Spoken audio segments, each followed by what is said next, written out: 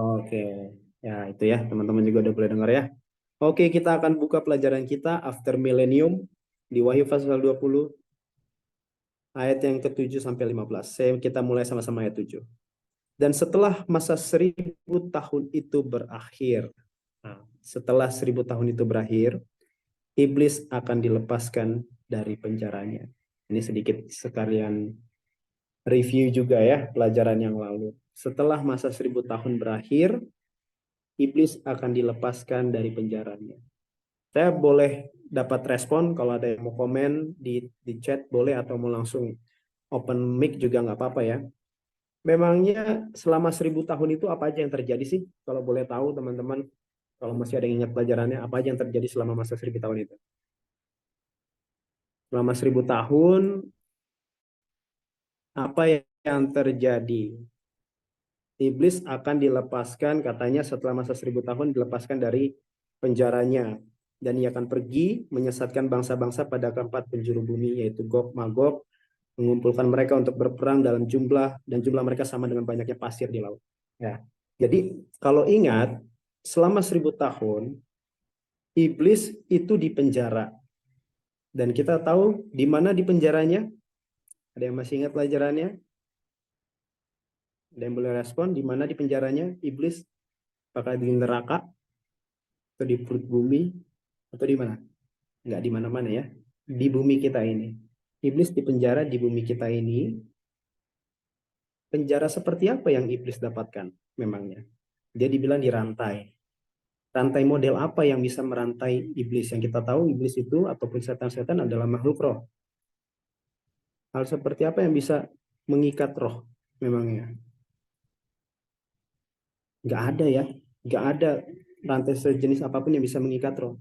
Itu sebabnya kalau begitu model penjara dan model rantai seperti apa yang iblis dapatkan? Kita tahu bahwa waktu iblis di bumi, Yesus datang kedua kali, orang-orang benar dibawa ke surga. Dan 1000 tahun mereka menghabiskan waktu di sorga. Selama 1000 tahun mereka habiskan waktu di sorga. Nah di sorga orang benar itu menghakimi. Tetapi orang-orang jahat yang ada di bumi itu mati semua waktu Yesus datang kedua kali. Sehingga iblis beserta sepertiga pengikutnya, iblis yang dirujuk sini adalah iblis Lucifer, dan beserta sepertiga pengikutnya berada di bumi dalam keadaan sendirian. Sendirian ini bukan sendiri, bukan satu orang, tapi maksudnya hanya mereka aja. Tidak ada manusia, tidak ada siapapun, hanya mereka saja. Sehingga bisa dikatakan bahwa rantai keadaanlah yang mengikat iblis. Karena dia dirantai, sehingga dia katakan di dalam ayatnya yang kalau boleh kembali ke ayat yang ketiga ya, lalu melemparkannya ke dalam jurang maut di sini dan menutup jurang itu dan memateraikan di atasnya supaya jangan lagi menyesatkan bangsa-bangsa sebelum berakhir masa 1000 tahun itu. Kemudian daripada itu akan dilepaskan untuk sedikit waktu lamanya. Jadi rantai itu berfungsi supaya iblis tidak pergi menyesatkan bangsa-bangsa. Lalu rantai seperti apa? Ya, rantainya berarti logikanya cuma dua, antara rantainya benar-benar mengikat dia dan ada banyak orang, atau orangnya yang dihilangkan sehingga dia terantai dan tidak bisa menyesatkan banyak orang. Dan pilihan kedua lah yang lebih cocok. Kenapa? Karena orang benar sudah di sorga, orang jahat mati. Itu kondisi waktu Yesus datang kedua kali. Sehingga iblis ketika ayat 7 berkata setelah masa 1000 tahun itu berakhir, iblis akan dilepaskan dari penjaranya. Inilah jawabannya bagaimana caranya dia lepas ayat 8. Ia akan pergi menyesatkan bangsa-bangsa. Bagaimana dia bisa menyesatkan bangsa-bangsa? Rantainya berarti lepas. Kalau gitu kita sudah tahu tadi rantainya apa. Rantainya adalah sebuah keadaan di mana mereka sendirian tanpa manusia. Kalau begitu dibilang rantainya lepas, ayat 8 ketika dibilang dan ia akan pergi menyesatkan bangsa-bangsa, berarti ada apa saudara? Ada apa teman-teman? Berarti orang-orang ada yang kembali.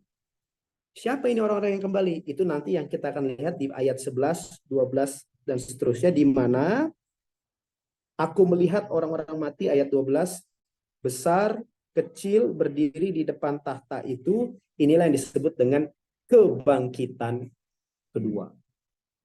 Jadi, saya boleh ulangi lagi, setelah masa 1000 tahun itu berakhir, sudah selesai, yang di sorga sudah selesai, yang di bumi juga masanya sudah selesai, iblis akan dilepaskan dari penjaranya.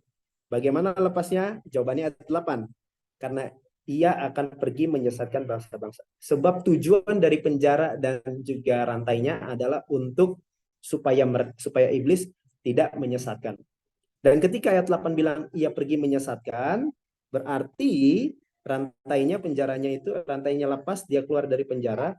Artinya adalah ada orang-orang yang bisa disesatkan.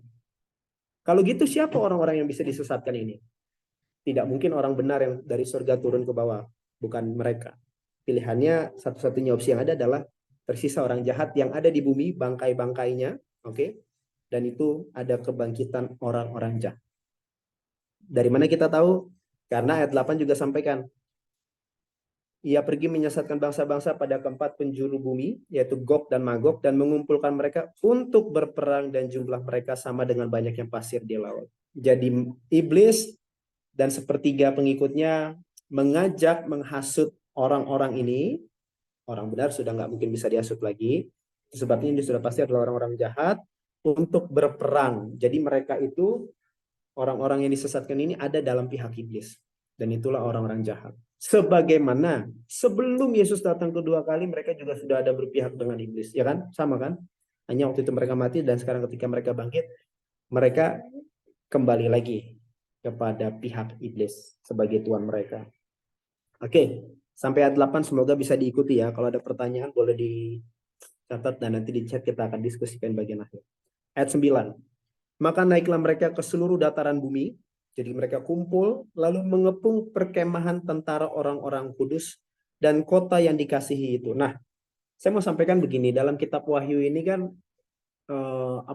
bukan hanya dalam kitab Wahyu. Alkitab ini kan bentuknya tulisan. Jadi kalau saudara pernah ingat pelajaran bahasa Indonesia, dalam tulisan itu tuh ada berbagai jenis paragraf. Ada paragraf deduktif, induktif, dan sebagainya.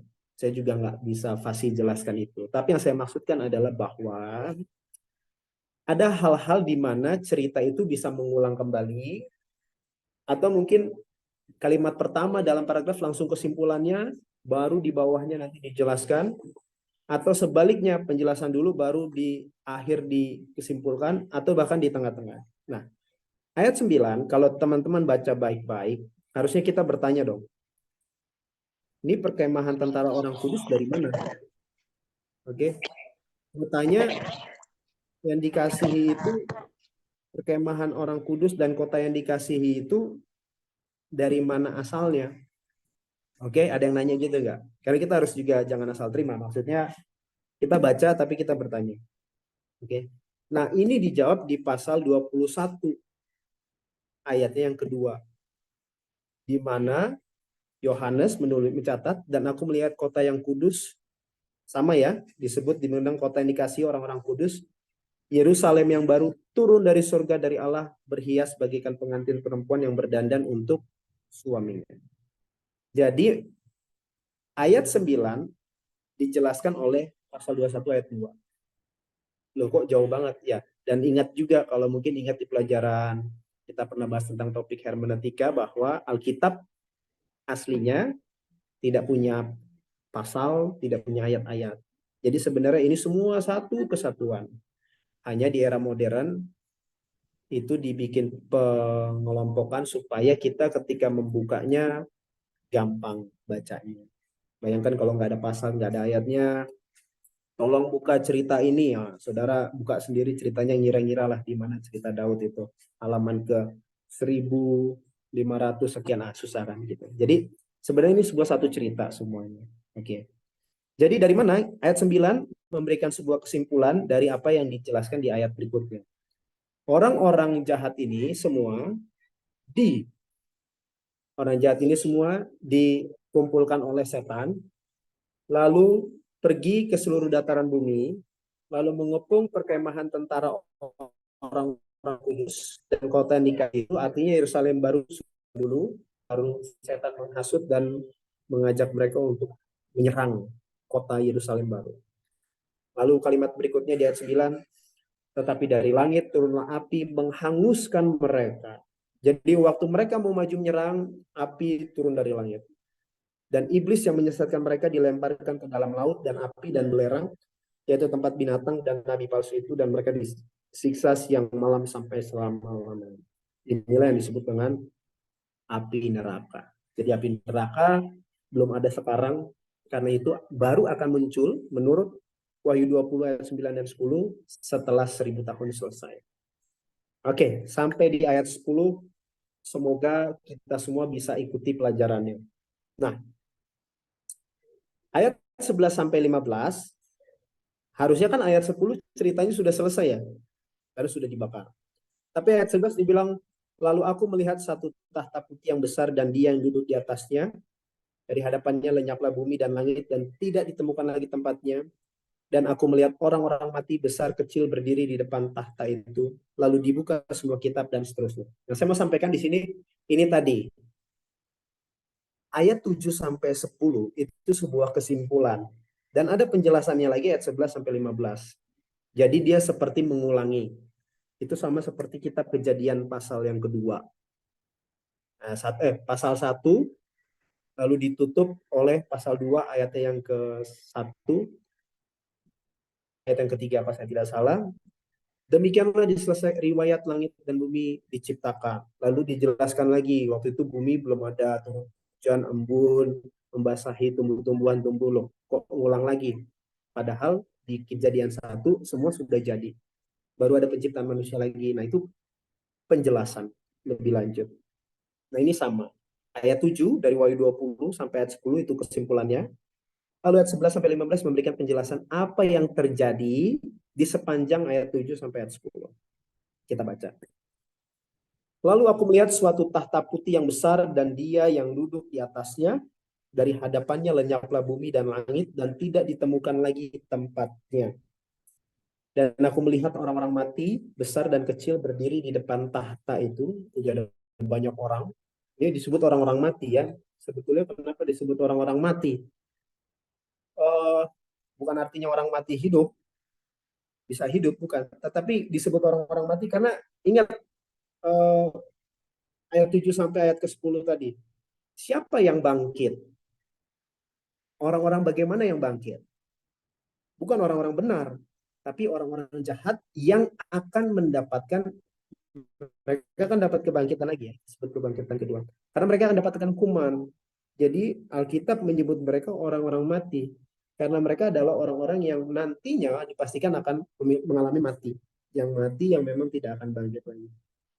Jadi itu seperti sebuah apa ya, vonis. Ini orang-orang mati, kayak orang sudah divonis, ini orang-orang mati. Oke. Tapi mereka dapat bangkit, dibangkitkan oleh Tuhan. Besar kecil berdiri di depan tahta itu, tadi tahta putih dan hanya satu orang duduk. Lalu dibuka semua kitab. Nah, ini menarik. Ketika Alkitab sebut lalu dibuka semua kitab, ada tahta, berarti ini scene apa ini, teman-teman? Gambaran apa yang sedang mau ditampilkan oleh Alkitab? Cerita apa atau maksudnya pemandangan apa ini? Ada tahta, ada orang duduk di tahta, ada sekumpulan orang satu atau banyak yang berdiri di depan tahta itu menghadap tahta. Lalu ada buku-buku yang dibuka. Yang boleh komen di chat atau mau ini gambaran apa ini? Oke, ya. Semoga ada yang jawab juga dalam hatinya ya. Ini gambaran tentang penghakiman. Ada sebuah judgment di situ. Kita sudah pelajari juga Beautiful Hobebers tadi sudah bahas tentang judgment juga. Ada berapa seri waktu itu ya. Nah, kalau teman-teman ingat, di kitab Daniel ada juga penghakiman. Betul nggak? Betul. Tetapi beda dengan penghakiman yang ada di Wahyu 20. Kalau di kitab Daniel, penghakimannya itu, tahta-tahtanya itu banyak. Ada orang banyak yang duduk di situ. Ada juga dibuka kitab-kitab. Yang ini cuma satu orang, cuma satu tahta dan cuma satu orang duduk. Dan yang dihakimi pun sudah jelas disebut orang-orang mati. Dibuka semua kitab lain dan dibuka juga sebuah kitab lain yaitu kitab kehidupan. Nah, ini disebut dengan penghakiman post milenium, penghakiman setelah milenium. Kalau yang di Daniel itu adalah penghakiman sebelum kedatangan Yesus. Itulah yang menentukan keselamatan saya dan saudara. Tapi ini adalah penghakiman yang sudah pasti vonisnya. Nah, menariknya, selain dua itu, selain penghakiman di Daniel dan di Wahyu pasal 20 ayat yang ke-12 ini, kalau teman-teman ingat pelajaran yang kemarin, dan kemarinnya lagi, 2 kali kesempatan yang lalu, ada penghakiman juga. Betul nggak? Semoga ingat ya. Yaitu penghakiman milenium. Karena Alkitab katakan, waktu Yesus bawa orang-orang benar di sorga, menurut Wahyu 20 juga ini pasal yang sama ya. Oke. Orang-orang benar diberikan kuasa untuk apa, saudara-saudara? Menghakimi. Ayat berapa ya? Coba kita lihat ya. Ayat 4. Wahyu 20 ayat 4. Lalu aku melihat tahta-tahta. Wah, ini banyak tahtanya. Kalau di ayat 11 dan ayat 11 cuma satu. Dan orang-orang yang duduk di atasnya, kepada mereka diserahkan kuasa untuk menghakimi. Siapa orang-orang yang duduk ini? Mereka adalah orang-orang jiwa-jiwa yang telah dipenggal kepalanya karena kesaksian tentang Yesus dan karena firman Allah, tidak menyembah binatang, antikristus dan patungnya. Ingat ada tentang patung, tanda binatang dan sebagainya. Dan juga tidak menerima tandanya pada dahi dan tangan. Mereka hidup kembali dan memerintah sebagai raja bersama-sama dengan Kristus untuk masa 1000 tahun. Jadi ada penghakiman sebelum kedatangan Yesus, ada penghakiman sewaktu masa milenium di surga, dan yang menjadi hakim itu selain Kristus adalah umat-umat tebusan. Saya dan saudara di surga kita juga lakukan penghakiman. Dan setelah 1000 tahun ada lagi satu penghakiman terakhir. Oke. Nah, itu gambarannya. Ada 3. Oke, menurut Alkitab. Gambaran tentang penghakiman. Lalu ayat 12 masih di bagian B. Dan orang-orang mati dihakimi menurut perbuatan mereka, berdasarkan apa yang ada tertulis di dalam kitab-kitab itu. Maka laut menyerahkan orang-orang mati yang ada di dalamnya, dan maut dan kerajaan maut menyerahkan orang-orang mati yang ada di dalamnya. Jadi maksudnya itu kerajaan maut itu laut maut, maksudnya itu orang-orang mati itu dibangkitkan untuk mendapatkan penghukuman, kan seperti itu. Dan mereka dihakimi masing-masing menurut perbuatannya. 2 kali disebut, dihakimi menurut perbuatannya. Jadi ini kalau 2 kali ditulis dalam Alkitab artinya itu pasti. Maksudnya adalah perbuatan seseorang itu menentukan keselamatan mereka juga. Loh, tapi bukannya kita diselamatkan karena kasih karunia? Betul, kita diselamatkan oleh kasih karunia. Tetapi perbuatan itu kan disebut dengan kesalehan. Kalau baca di Wahyu 19 itu jubah kebenaran. Jubah kebenaran itu adalah perbuatan benar dari orang-orang, umat-umat Tuhan. Gitu. Nah, orang-orang yang mati ini akan dihakimi menurut perbuatannya masing-masing menurut perbuatannya. Nanti saya sedikit akan bahas ke situ. Ayat 14, lalu maut dan kerajaan maut itu dilemparkan ke dalam lautan api. Itulah kematian yang kedua. Berarti ada kematian pertama. Kematian pertama itu yang mana? Ya itulah yang dialami oleh mungkin keluarga kita yang sudah lebih dulu meninggal. Nah, itulah kematian pertama. Karena masih ada kebangkitan. Dan kebangkitan ada 2 jenis. Ada kebangkitan pertama. Kapan itu? Itulah yang kebangkitan untuk orang-orang benar. Sewaktu Yesus datang kedua kali, betul. Lalu kebangkitan kedua, ya ini yang kita sedang bahas setelah selesai 1000 tahun. Tapi itu dibangkitkan hanya untuk mendapatkan penghakiman dan akhirnya akan dihukum. Itulah kematian yang kedua. Nah, orang yang dapat kebangkitan kedua akan menerima kematian yang kedua, lautan api. Dan ayat 15, ini juga pelajaran yang sangat baik. Setiap orang yang tidak ditemukan namanya tertulis di dalam kitab kehidupan itu, ia dilemparkan ke dalam lautan. Jadi memang ada banyak kitab-kitab dibuka dalam kehakiman ini. Tetapi yang menjadi indikatornya adalah kitab kehidupan. Oke, sebelum ke sana saya mau kembali lagi. Nah, jadi teman-teman, kalau teman-teman juga perhatikan, ini ayat 7 sampai 11 kan, 10 sudah selesai tadi kita bahas. Di mana itu rentetan peristiwanya. Saya ulangi. Iblis 1000 tahun selesai, orang benar di surga sudah selesai menghakimi, sudah selesai memerintah bersama Kristus. Iblis pun sudah selesai masa penahanan penjaranya dan dirantainya, dan dia dilepaskan dari penjaranya. Dari mana? Apa makna dia dilepaskan dari penjaranya? Ayat 8 sampaikan, ia pergi menyesatkan bangsa-bangsa. Karena penjaranya iblis yang ada di bumi ini dan rantai yang mengikat dia adalah bertujuan menurut ayat yang ketiga dari pasal 20, supaya ia tidak menyesatkan. Jadi dia dirantai di penjara supaya tidak menyesatkan. Dan ketika 1000 tahun selesai, dia dilepaskan, artinya ya dia mulai menyesatkan. Karena memang itulah satu-satunya tugas utama iblis untuk menyesatkan. Dan dia menyesatkan. Kalau dia menyesatkan, artinya ada orang yang disesatkan dong. Ya betul. Nah kondisinya, orang benar di sorga, orang mati, orang jahat mati. Lalu siapa yang disesatkan? Ada kebangkitan kedua. Itulah makna dari iblis lepas dari penjara. Karena harus ada orang yang dia sesatkan. Gimana caranya? Ada kebangkitan. Nah di kebangkitan kedua ini, kita nggak langsung masuk ke ayat 9 ya. Jangan langsung berperang. Langsung loncat ke ayat 11. Langsung loncat ke ayat 11. Mereka dibangkitkan sebelum setan menyesatkan mereka.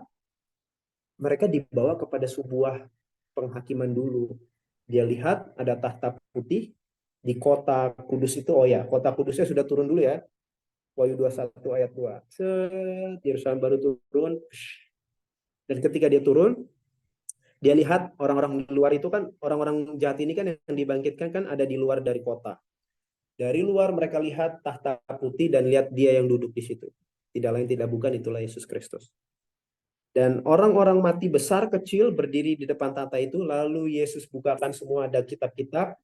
Inilah yang kalau saya nggak tahu apakah saudara pernah baca atau pernah kita bahas, ada 3 jenis kitab di sorga yang akan dibuka dalam penghakiman. Yang pertama adalah kitab kehidupan. Yang kedua adalah kitab peringatan. Isinya adalah segala perbuatan baik benar orang-orang benar. Ataupun tangisan saudara terhadap dosa. Ataupun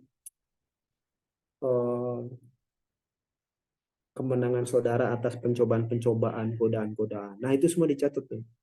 Saudara yang tidak membalas makian orang lain atau hasutan orang lain. Nah itu dicatat di buku peringatan. Saudara yang berdoa di tengah malam atau di subuh atau di kapanpun dalam hati saudara untuk keselamatan seseorang lain. Tangisan saudara karena saudara ditinggalkan keluarga demi Yesus. Atau apapun lah. Nah itu kita peringatan. Di situ tercatat. Dan yang satu lagi yang terakhir ketiga adalah kitab catatan dosa. Nah inilah berisikan tentang semua dosa-dosa pelanggaran. Mulai dari kata-kata yang Yesus kan bilang dari perkataanmu kamu kan diadili kan itu Yesus bilang. Kata-kata kita yang sembrono dan sebagainya macam, lalu perbuatan-perbuatan dosa kita, isi hati kita yang jahat dan semuanya walaupun belum terjadi, belum kesampaian, tapi isi hatinya sudah ada itu juga dianggap, oke? Nah itulah isinya. Nah dan ketika ketiga ini dibukakan bagi orang-orang jahat, saudara, itu buku peringatannya. Saya mau sampaikan, orang-orang mati yang ini, orang-orang mati yang dibangkitkan terakhir ini, bukan, kalau dibilang orang jahat itu bukan artinya mereka kriminal semua, enggak gitu loh.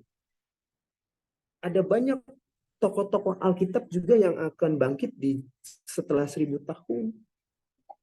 Ada banyak umat-umat Tuhan, bintang-bintang yang tadinya ikut Tuhan, tetapi mereka berbalik, ada di sini juga.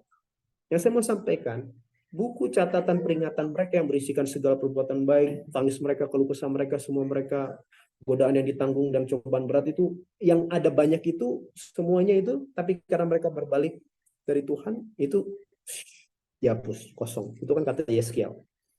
Nggak diingat Tuhan lagi, hilang, kosong. Yang banyak isinya catatan dosa. Begitu pula sebaliknya, ketika kita di sorga, 1000 tahun, saudara nggak akan bisa temukan catatan dosa saudara. Itu sudah dihapus. Karena di sorga itu tidak ada hal-hal najis. Tulisan najis pun nggak ada. Istilahnya, saudara nggak akan ingat dosa-dosa saudara. Jadi kita tidak akan saling mengejek di sana.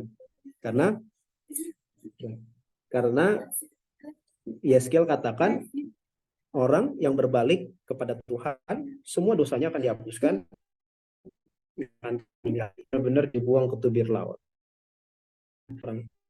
Jadi yang saya mau sampaikan bahwa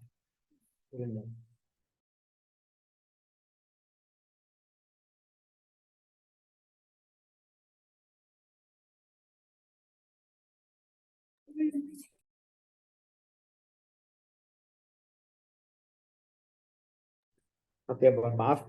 Jadi saya mau sampaikan bahwa orang-orang mati ini bukannya orang-orang yang jahat, kriminal, gimana segala macam, bukan. Mereka juga mungkin dulunya bagian dari barisan umat Tuhan, gitu. Tetapi mereka berbalik dan meninggalkan Tuhan, sehingga semua catatan itunya pun hilang. Dan itu sebabnya ketika Alkitab bilang dibukakan, oke, dibukakan. Saya nggak tahu gambarannya gimana, saya nggak bisa memberikan gambaran. Tetapi setiap orang itu akan melihat. Mungkin Tuhan akan berbicara ke dalam pikiran mereka masing-masing, seperti menyaksikan seperti memorinya itu diungkit kembali semua. Bagaimana penolakan mereka terhadap panggilan Roh Kudus, diajak temannya atau saudaranya untuk ikut Tuhan, nggak mau. Nah, itu semua nanti akan muncul. Penolakan mereka kepada panggilan kasih karunia berulang-ulang sampai akhirnya mereka menyadari bahwa mereka layak untuk binasa. Itu makanya saya lupa di mana, di Wahyu juga yang menyatakan bahwa seluruh lidah nanti akan mengaku dan juga akan menyatakan adil Engkau ya Tuhan dalam segala penghakiman, termasuk keluar dari mulut orang-orang yang akan binasa ini. Bagaimana mereka menyalibkan Tuhan mereka kembali, Yesus Kristus. Semua scene, gambaran bagaimana dari awal sampai Yesus mati, sampai Yesus bangkit dan segala macamnya akan dipaparkan ke hadapan orang-orang ini. Nah, dan penghakiman ini, yang kedua yang saya mau sampaikan, dicatatkan kalimatnya menurut perbuatan mereka masing-masing. Saya nggak tahu, kita nggak akan bahas neraka ya, tapi singkatnya begini. Ketika mereka akan dihakimi, Alkitab bilang menurut perbuatannya masing-masing. Derajat hukuman setiap orang ini berbeda. Pada akhirnya semua akan binasa seperti abu.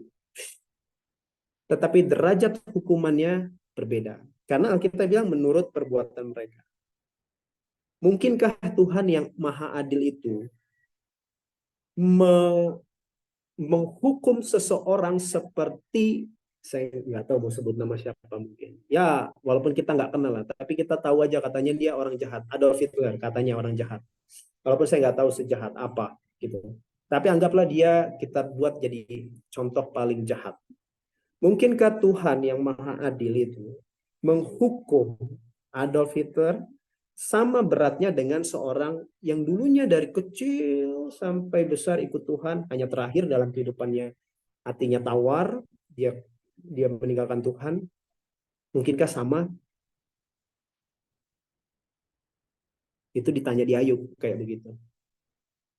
Mungkinkah Tuhan itu tidak adil? Enggak, adil. Itu sebabnya saya sampaikan derajat hukumannya sama, akan berbeda. Walaupun ujungnya sama, binasa. Nah, begitu pula sebaliknya. Tadi kan saya bahas tentang keselamatan. Bukankah kita selamatkan kasih karunia? Betul gitu. Tapi pertanyaan saya, mungkinkah Tuhan yang Maha Adil itu mengganjar upah? Ini namanya upah ya. Saudara punya upah masing-masing kan beda gajinya ya. Oke? Sesama kantor aja, teman sebangku aja bisa beda gaji. Mungkinkah Tuhan mengganjar upah yang sama antara seorang seperti saudara dengan seorang seperti Nabi Yesaya, contoh. Dan dari kecil sudah dipanggil kan, begitu Yesaya kan, Yesaya pasal 1 ayat berapa, dari sejak rahimmu aku sudah memilih engkau, dan dia udah dari kecil jadi nabi, begitu misalnya. Sampai besar dengan segala, sampai akhir matinya pun ditaruh di lubang, itu Yeremia atau Yesaya, saya lupa. Taruh di lubang, dipenggal lah, ada digergaji. Atau para martir, orang-orang Waldensia. Mungkinkah ganjaran upahnya sama dengan saya yang ya hidupnya ikut Tuhan ya sekedar ikut aja gitu. Tapi kita ikut Tuhan maksudnya. Pada akhirnya upahnya sama, sorga selama-lamanya. Tetapi derajat upahnya juga pasti berbeda. Itu sebabnya kalau saudara pernah baca di dalam berbagai tulisan, di sorga akan ada mahkota ya katanya ya.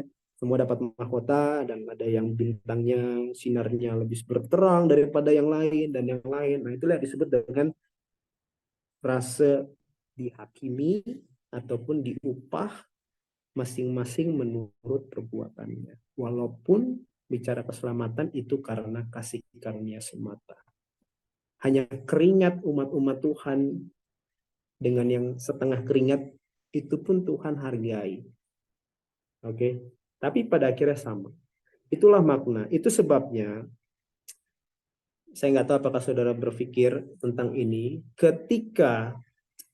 Itulah sebabnya ketika tadi ada 3 jenis penghakiman ya. Ketika penghakiman kedua ini kita di sorga menghakimi, pertanyaan saya siapa yang dihakimi di sorga waktu kita 1000 tahun? Siapa yang kita hakimi? Semua sudah di sorga yang umat benar. Nggak ada pilihan lagi. Yang dihakimi adalah mereka yang jahat yang sedang mati. Pertanyaannya, bukankah itu sudah dilakukan oleh penghakiman sebelum Yesus datang sehingga mereka ditentukan binasa, mati? Iya, bukan kita menentukan orang-orang yang mati itu akan binasa karena itu sudah ditentukan sebelum kedatangan Yesus. Lalu kalau gitu, model kita dibilang akan melakukan penghakiman, diberikan kuasa menghakimi selama 1000 tahun. Model penghakiman apa yang kita lakukan kepada orang yang sudah divonis mati? Itulah yang menjawab di ayat yang ke-13 bahwa masing-masing dihakimi menurut perbuatannya.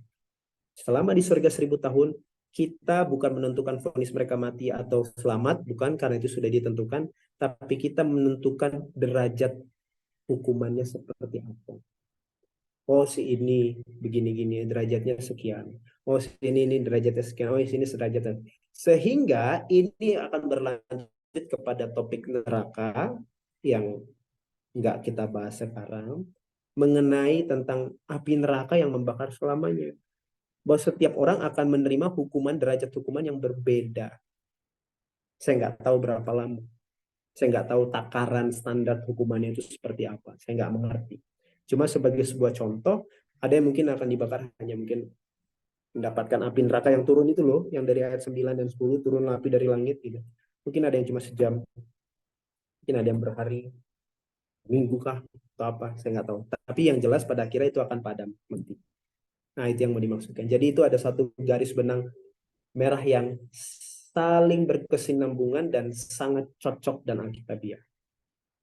Itulah makna dari penghakiman di sorga yang kita lakukan. Kita menentukan derajat hukuman mereka.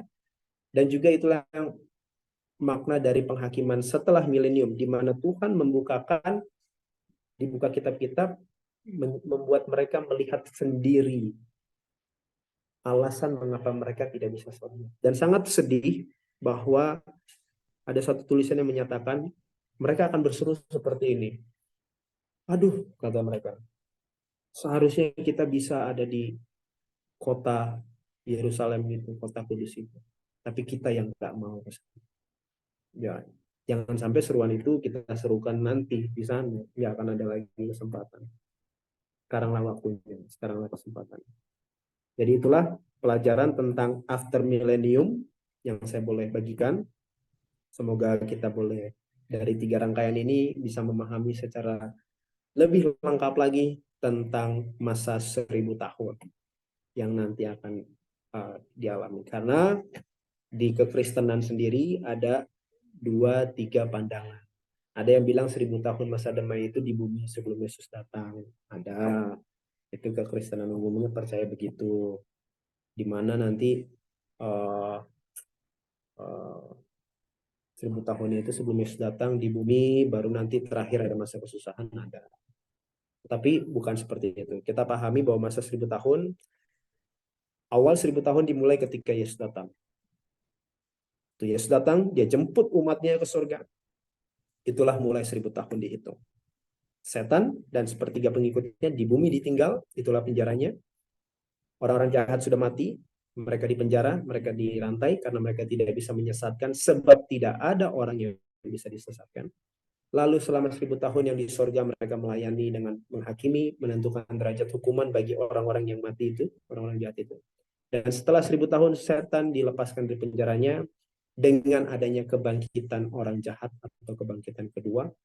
Dan setelah itu Tuhan membuat penghakimannya, bahwa Yerusalem baru turun, Tuhan buat penghakimannya, dia duduk di tahta, lalu semua orang jahat melihat alasan dibalik kebinasaan mereka, lalu mereka mengaku keadilan Tuhan, bahwa Tuhan adil dalam penghakimannya. Namun setan kembali menghasut, nothing tulus, ya dicobalah kan gitu ya, daripada kita mati binasa kita cobalah, kita rebutlah kota itu. Tapi ketika mereka mendekati kota itu, turunlah api dari langit membinasakan mereka, dan mereka itulah kematian kedua, lautan api. Dan setiap orang yang tidak ditemukan namanya tertulis dalam kitab kehidupan itu, ia dilemparkan ke dalam lautan api itu. Oh ya, dan ini yang terakhir, di ayat yang ke-15. Tuhan tidak punya namanya buku kematian. Tadi saya sampaikan hanya ada 3. Tambahan 1:4 itu adalah hukum Tuhan, undang-undangnya. Ya. Tapi Tuhan nggak punya buku kematian. Apa implikasinya? Implikasinya adalah bahwa sejak saya dan saudara lahir, Tuhan tidak pernah menentukan kita akan mati. Tuhan hanya punya buku kehidupan dan 2 buku catatan, notes-nya. Tetapi bukan cuma 1 kehidupan. Artinya Tuhan nggak mengendaki siapapun binasa. Itu makanya ungkapan dalam Alkitab, seorang yang binasa itu adalah seorang yang namanya tidak tertulis dalam kitab kehidupan. Jadi sebegitu Tuhan sangat, kalau saya mau katakan, sangat condong, cenderung dengan keselamatan kita. Kalau boleh KKN ya, kalau saya boleh gunakan kata KKN. Tuhan itu sudah berusaha segala macam cara supaya manusia ini selamat semua. Dengan segala, bukan cara curang, tapi maksudnya semua sistemnya dibuat supaya kita bisa selamat. Sampai-sampai nggak ada buku itu, buku kematian. Tapi meski begitu pun setiap manusia ya punya kebebasan untuk memilih apakah dia mau mati atau untuk hidup. Sebabnya Alkitab katakan kan, hari ini pilihlah kehidupan dan jangan kematian.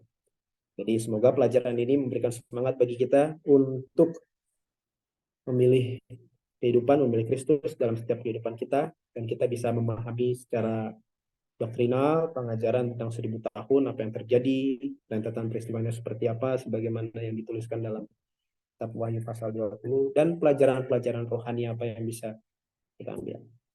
Itu saja, terima kasih, dan Tuhan memberkati.